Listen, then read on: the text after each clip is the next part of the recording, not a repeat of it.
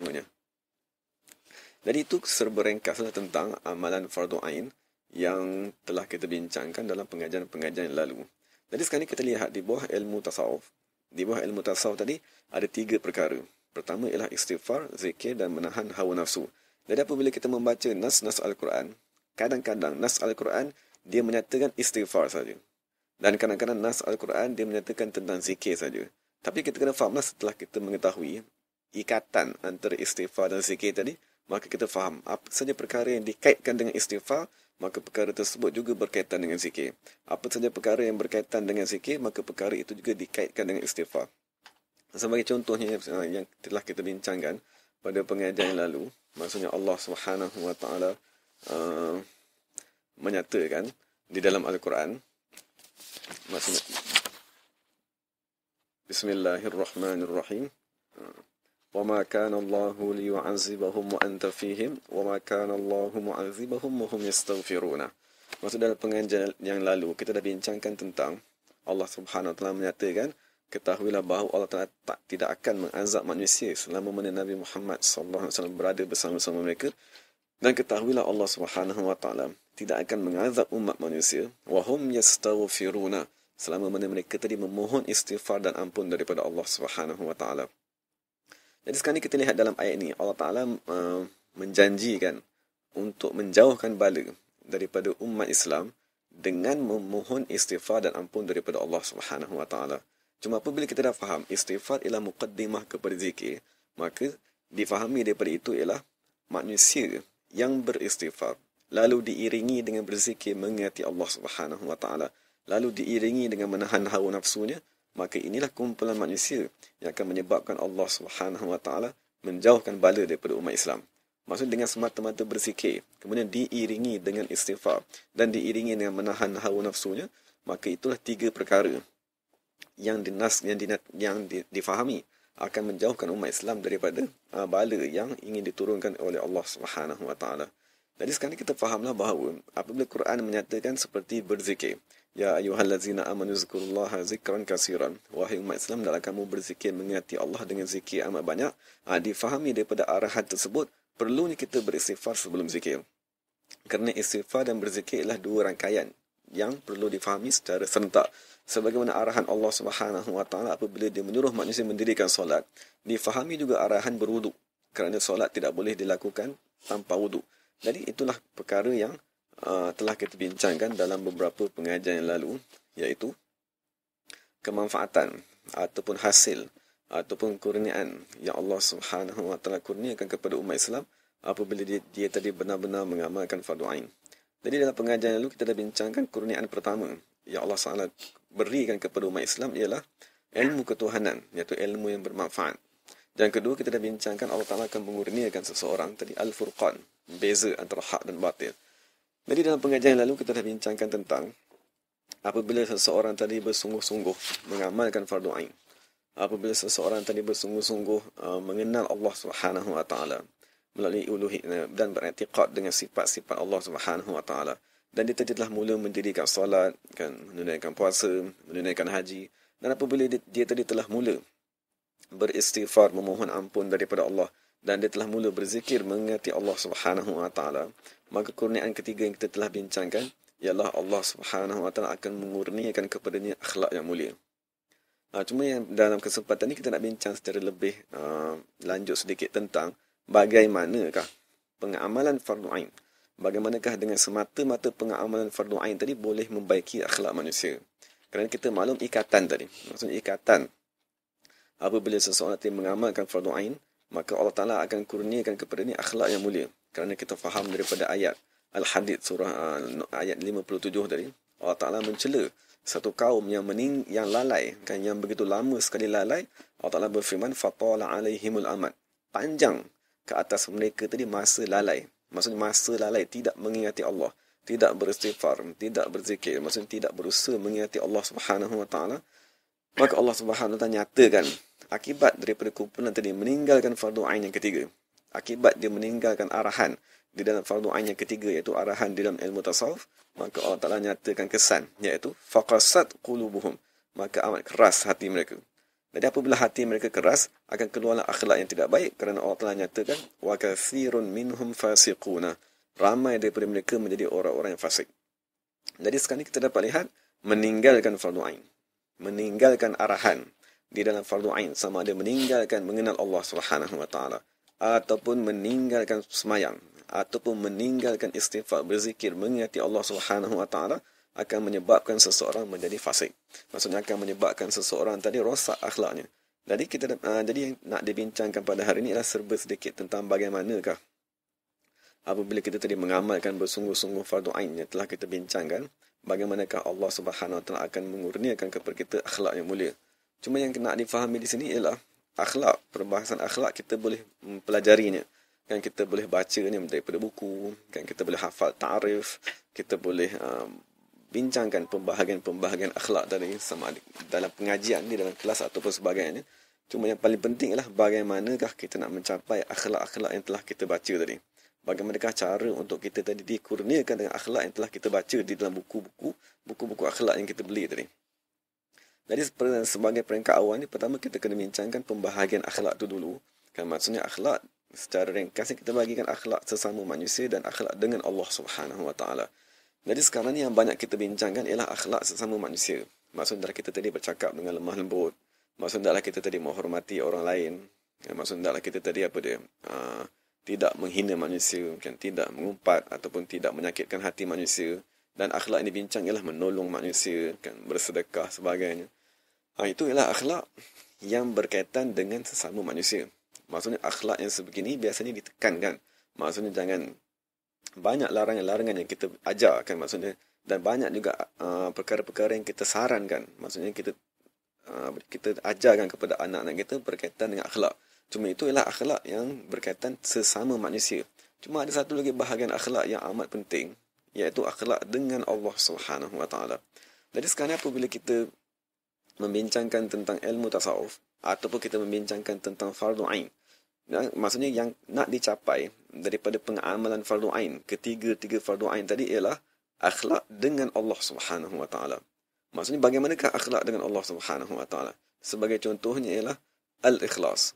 Maksudnya keikhlasan ialah akhlak di antara manusia dengan Allah Subhanahu wa taala. Maksudnya apabila kita melakukan sesuatu amalan dan kita campurkan niat amalan tersebut untuk mendapat keredaan manusia ataupun untuk mendapat kemegahan di sisi manusia ataupun untuk mendapat kemasyhuran di sisi manusia, maka ketahuilah bahawa manusia tadi tidak ikhlas.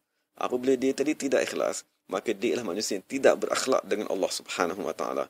Walaupun di depan manusia tadi kita baik, kan, walaupun di depan manusia tadi kita boleh menzahirkan akhlak yang mulia, walaupun kita boleh menzahirkan diri kita beradab, bersopan santun di hadapan manusia, tetapi ketahuilah di hadapan Allah Subhanahu wa taala manusia tersebut tidak berakhlak kerana dia tidak mengikhlaskan amalannya. Ataupun akhlak dengan Allah Subhanahu wa taala ialah ar-ridha. Maksudnya meredai kehendak-kehendak Allah Subhanahu wa taala. Sebagai contohnya apabila Allah Subhanahu wa taala menguji seseorang manusia dengan sakit. Kenapa bila Allah Taala menguji seseorang manusia dengan sakit sebagainya, maka hendaklah kita melihat yang mentakdirkan sakit tersebut ialah daripada Allah Subhanahu wa taala. Maka daripada sudut hati kita kena meredai kehadiran sakit tersebut. Tetapi daripada sudut zahir ni kita berusaha, kan, kita berjumpa dengan doktor, kan, kita makan ubat, kan, kita mengambil rawatan. Tetapi daripada sudut hati ni hendaklah kita redha kerana yang mentakdirkan sakit tersebut ialah Allah Subhanahu wa taala. Jadi sekiranya kita tidak redha, sekiranya mana-mana manusia yang diuji oleh Allah dengan kesakitan, dia tidak redha dengan sakit tersebut, bahkan dia merasa kebencian ataupun dia merasa marah kepada Allah ataupun merasa tidak senang dengan keadaan tersebut, maka ketahuilah manusia tersebut sebenarnya tidak berakhlak dengan Allah Subhanahu wa taala. Jadi itulah yang amat kita takuti, iaitu tidak berakhlak dengan Allah taala. Kerana kita amat memahami akhlak sesama manusia. Kerana manusia berada di hadapan kita. Kan, apabila datang seseorang yang lebih tua daripada kita, kita menghormatinya, kan, kita menolongnya mengangkat barang atau kita bercakap kepada dengan lemah lembut. Itu ialah akhlak sesama manusia yang amat senang kita fahami kerana kita melihat manusia setiap hari. Tapi ada satu lagi akhlak yang perlu disempurnakan oleh umat Islam, iaitu akhlak dengan Allah Subhanahu wa taala. Tidak ikhlas seumur hidup dalam ibadat, bermaksud orang tadi tidak berakhlak dengan Allah Subhanahu wa taala, tidak redha dengan kehendak Allah, apa yang Allah takdirkan ke atas dirinya, itu tanda manusia tadi tidak berakhlak dengan Allah Subhanahu wa taala. Dan akhlak yang dengan Allah yang biasa dinyatakan oleh ulama dalam buku-buku tasawuf mereka ialah mengingati Allah Subhanahu Wa Taala. Jadi kalau kita kiaskan kepada permasalahan manusia, maksudnya seorang anak, yang maksudnya dia tadi dibesarkan oleh dua ibu bapanya. Tetapi apabila anak tadi telah besar, kan, apabila anak tadi telah boleh berdikari, kan, boleh bekerja sendiri, kita dapat lihat dia melupakan langsung ibu bapanya. Kan bertahun-tahun dia tidak pernah menziarahi ibu bapanya, ataupun dia terus melupakan segala jasa budi yang telah diberikan oleh ibu bapanya, menjaganya daripada kecil, memasukkannya sekolah, memberinya apa dia keperluan hidup selama sepanjang dia membesar tadi, sampai kepada satu keadaan kan apabila dia tadi telah dewasa, dia meninggalkan ibu bapanya. Maksudnya dia melupakan terus ibu bapanya. Maka di sisi manusia sendiri pun kita faham bahawa itu ialah tidak berakhlak. Maksudnya kita akan menghukumkan orang tadi anak yang derhaka, ataupun peribahasa Melayu mengatakan kacang yang lupakan kulit. Jadi kita amat mencela perbuatan tersebut. Kerana kita kata itu ialah perbuatan yang tidak berakhlak, kan? Perbuatan yang tidak menunjukkan kepada akhlak yang baik. Tapi bayangkan manusia tadi lupa kepada Allah Subhanahu Wa Taala. Lupa kepada Allah Subhanahu Wa Taala yang menciptanya. Lupa kepada Allah Subhanahu Wa Taala yang mengurniakan kepadanya pendengaran, penglihatan, kan, apa lagi, pemahaman, ilmu. Allah Taala mengurniakan kepadanya segala-galanya semenjak daripada alam roh sampai kepada dalam perut ibunya, sampailah dia tadi dilahirkan di dunia, dan sampai sekarang pun Allah Taala memberikan kepadanya begitu banyak sekali kurniaan. Allah Ta'ala lah yang menggerakkan jantungnya. Allah Ta'ala lah yang menggerakkan darah di dalam dirinya. Allah Ta'ala lah yang membolehkan dia tadi bernafas. Allah Ta'ala yang mengurniakan kepadanya berbagai-bagai kurniaan. Tapi cuba kita bayangkan tiba-tiba makhluk tadi, ataupun tiba-tiba manusia tadi, tidak pernah ada sesaat pun, ataupun tidak pernah ada satu masa pun yang dia usahakan dalam dirinya untuk mengingati Allah Subhanahu Wa Ta'ala. Jadi pada ketika itu kita faham bahawa manusia tadi tidak berakhlak. Kan, bahawa manusia tadi, walaupun dengan manusia dia menzahirkan akhlak yang baik, kan, walaupun di hadapan manusia tadi dia boleh menjaga dirinya, mengawal dirinya, tetapi dengan Allah Subhanahu Wa Taala, di sisi ilmu yang dinyatakan dalam agama Islam, ketahuilah bahawa orang tadi sebenarnya tidak berakhlak di hadapan Allah Subhanahu Wa Taala. Jadi itulah yang nak ditekankan apabila kita membincangkan tentang fardu ain, apabila kita membincangkan tentang pemahaman di dalam ad-din, at-tafaqquh fi din, apabila kita nak memahami agama, kita hendaklah mengetahui bahawa Nabi SAW sebagaimana yang dia nyatakan, datang untuk menyempurnakan akhlak manusia. Jadi akhlak yang nak disempurnakan tadi daripada kedua-dua sudut tadi. Akhlak manusia sesama manusia, dan yang paling penting ialah akhlak dengan Allah Subhanahu Wa Taala. Dan sebagaimana contoh yang lain, akhlak dengan Allah tadi ialah mengenali Allah Subhanahu Wa Taala. Sebagaimana kita bincangkan tadi, anak kan dia tadi mempunyai ibu bapa. Kita bayangkanlah anak tadi setelah besar, sekiranya kita tanya kepada dia, siapakah nama bapa kamu? Kan, maka dia kata, aku tidak mengenali bapaku. Kita tanya lagi kepada anak tersebut, siapakah nama ibu kamu? Kan, daripada manakah ibu kamu berasal? Kan, maka anak tadi berjawab, saya tidak mengenal langsung ibu saya. Jadi kita pun faham itu ialah perkara yang melanggar akhlak, ataupun itu ialah menunjukkan kepada buruknya akhlak seseorang manusia sekiranya tidak mengenali kedua ibu bapanya. Jadi kita bayangkanlah manusia tadi tidak mengenal Allah Subhanahu Wa Taala. Maksud tidak berusaha untuk mengenal perbuatan Allah Subhanahu Wa Taala. Tidak berusaha untuk mengenal Allah Subhanahu Wa Taala, kan, sebagaimana telah dinyatakan oleh ulama dalam buku-buku mereka. Jadi kita bayangkanlah manusia yang jahil dengan Allah Subhanahu Wa Taala, itu juga ialah perkara yang dicela, ataupun itu juga menunjukkan kepada rosaknya akhlak manusia dengan Allah Subhanahu Wa Taala. Jadi sekarang itulah perkara yang nak dibincangkan sangat. Maksudnya pengamalan fardu ain. Sama yang ketiga-tiga kita bincangkan tadi di dalam ilmu tauhid, fiqh dan tasawuf, perkara yang amat penting. Perkara yang amat penting yang nak dicapai daripada pengamalan ilmu tasawuf tadi ialah menyempurnakan akhlak manusia.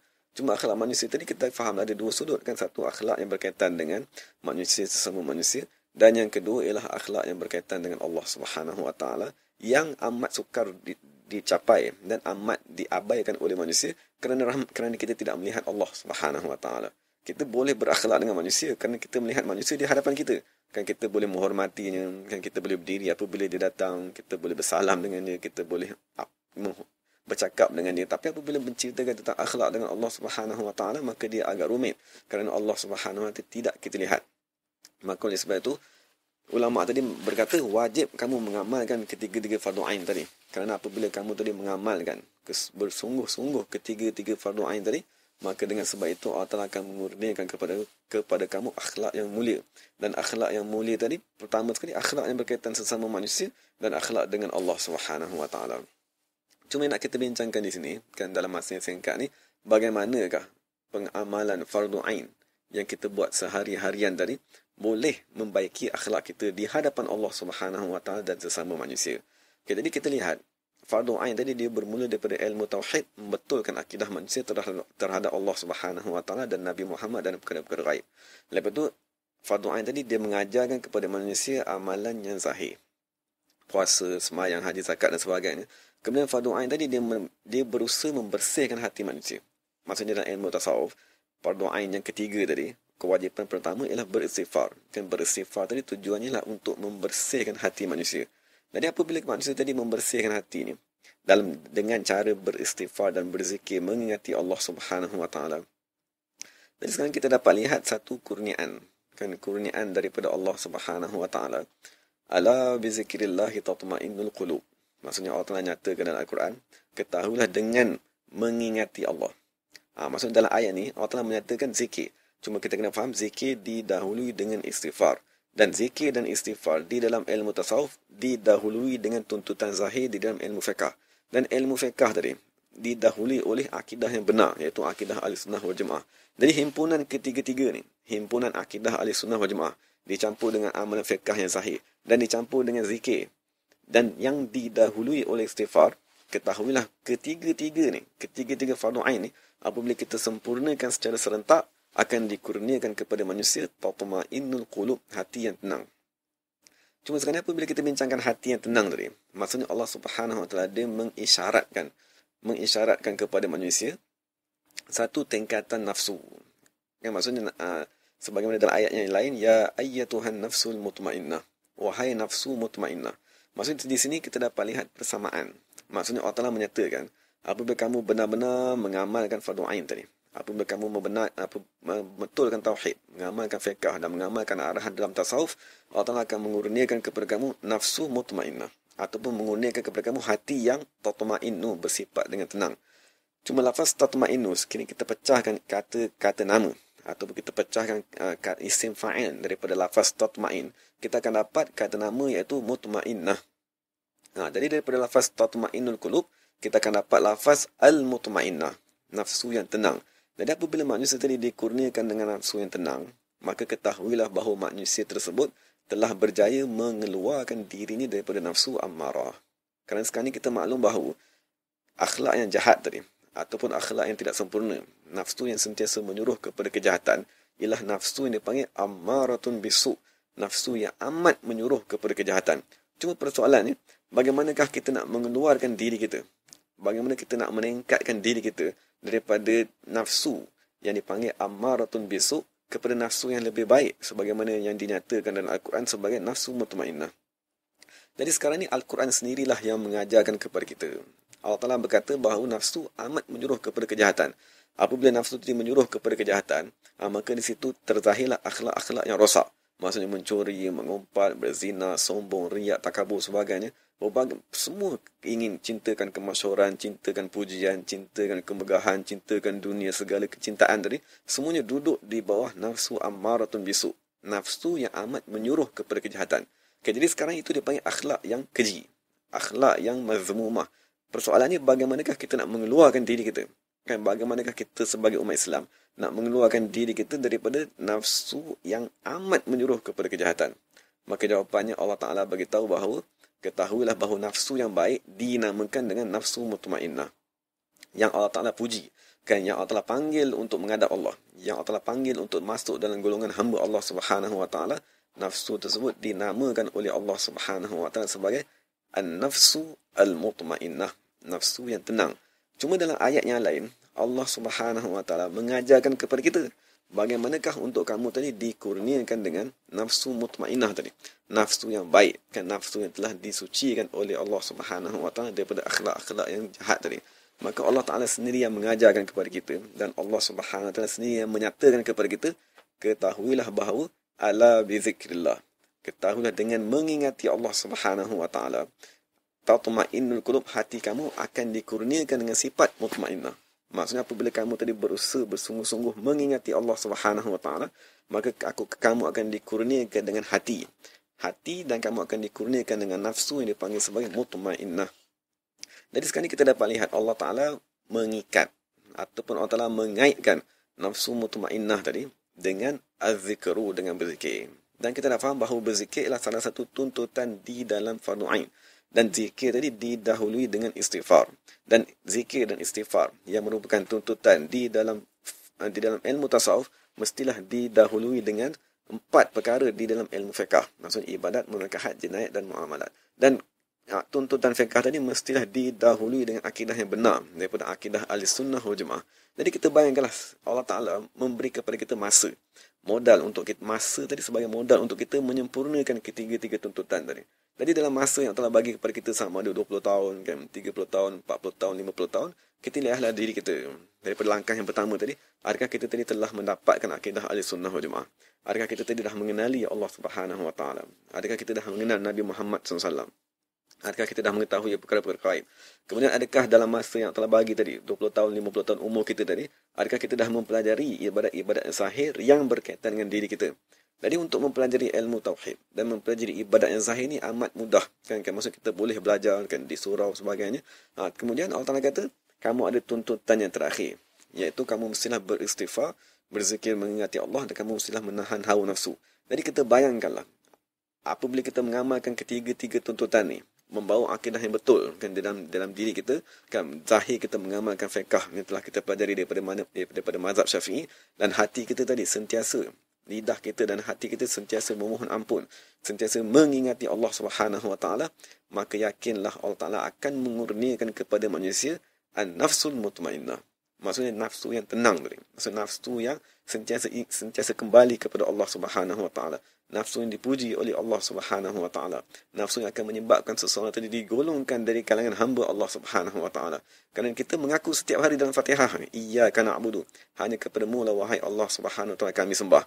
Kami perhambakan diri. Tapi persoalannya, adakah Allah Taala telah mengiktiraf kamu sebagai hamba? Kita saja mengaku tiap-tiap hari dalam Fatihah. Maksud kita kata iyyaka na'budu, berbelas-belas kali kita kata Allah Taala akan, kamulah yang kami perhambakan diri. Tapi apabila kita mengaku, kita mendakwa bahawa kita telah menghambakan diri kita kepada Allah Subhanahu wa taala, maka amat perlu pengesahan. Maka amat perlu Allah Taala juga kamu ialah hamba-Ku. Kan, tapi sekiranya kita saja mengatakan diri kita ialah hamba Allah, kita baca dalam Fatihah setiap hari, tetapi di pihak Allah Subhanahu wa taala, Allah Taala masih belum lagi menggolongkan kita dari kalangan hamba Allah. Allah Taala masih belum lagi mengurniakan kepada kita nafsu mutmainnah, nafsu yang baik, nafsu yang menyebabkan kita digolongkan dalam hamba-hamba Allah Subhanahu wa taala, maka itu adalah satu kerugian. Dan sekiranya kita masih belum digolongkan, maka kita ada modal yang Allah Taala kurniakan, iaitu masa. Yang kita baca setiap hari tadi, wal asri, kita ketahuilah masa tersebut ialah modal yang Allah Taala kurniakan kepada kita untuk kita menyempurnakan ketiga-tiga tuntutan fardu ain tersebut. Moga-moga kita tadi mencapai kepada nafsu mutmainnah. Dan yang kita nak bincangkan sekarang ni, apabila kita telah mencapai kepada nafsu mutmainnah, maka ketahuilah bahawa kita tadi telah dikeluarkan oleh Allah Subhanahu wa taala daripada nafsu ammaratun bisu, yang amat menyuruh kepada kejahatan. Apabila kita telah berjaya keluar daripada nafsu ammaratun bisu, maka ketahuilah bahawa Allah Taala akan mengubah sifat kita tadi daripada segala sifat-sifat mazmumah, kan akhlak-akhlak yang jahat, kan akhlak yang tidak baik sesama manusia. Allah Taala akan ubah sedikit demi sedikit, dan Allah Taala akan ganti dengan akhlak-akhlak yang mulia. Dan yang paling penting sekali ialah akhlak dengan Allah Subhanahu wa taala. Sekiranya selama ni kita tidak redha dengan banyak kehendak Allah Subhanahu wa taala, kita amat lalai tidak mengingati Allah Subhanahu wa taala, apalagi kita tidak bersyukur dengan kurniaan Allah Subhanahu wa taala, dan kita tidak bergantung kepada Allah Subhanahu wa taala dalam banyak keadaan, ketahuilah bahawa itu semua dipanggil akhlak yang tidak baik di hadapan Allah Subhanahu wa taala. Tetapi apabila kita tadi telah dikurniakan dengan nafsu mutmainnah tadi, apabila kita telah digolongkan oleh Allah Subhanahu wa taala dalam kumpulan nafsu tersebut, ketahuilah bahawa Allah akan menggantikan akhlak-akhlak yang tidak baik tadi dengan akhlak-akhlak yang mulia. Jadi itulah yang kita dapat kita bincangkan hari ini. Bagaimanakah fardu ain, pemahaman kita dalam ad-din dapat mengubah akhlak manusia tadi. Maksudnya apabila kita mengamalkan bersungguh-sungguh fardu ain yang difardukan oleh Allah ke atas umat Islam, Allah Ta'ala sedikit demi sedikit akan membersihkan hati manusia dan menggolongkannya dari kalangan golongan yang dikurniakan, yang dinamakan sebagai nafsu mutmainnah. Apabila kita keluar daripada golongan nafsu ammarah, maka ketahuilah akhlak manusia akan berubah. Akhlaknya akan menjadi baik sedikit demi sedikit. Itulah tuntutan kita dan itulah yang kita harap daripada Allah Subhanahu Wa Taala, agar mengurniakan kepada kita akhlak yang baik. Kan akhlak sesama manusia, dan yang paling penting sekali ialah akhlak kita di hadapan Allah Subhanahu Wa Taala. Jadi moga-moga kita dikurniakan dengan akhlak yang mulia dan dikurniakan kepada kita pengamalan dan kesempurnaan dalam mengamalkan fardu ain dalam tuntutan ad-din. Dan insya-Allah kita sambung pada pengajian yang akan datang. Wa aqulu qawli hadza wa astaghfirullahal azim li wa lakum wa lisairil muslimin wal muslimat. Assalamualaikum warahmatullahi wabarakatuh.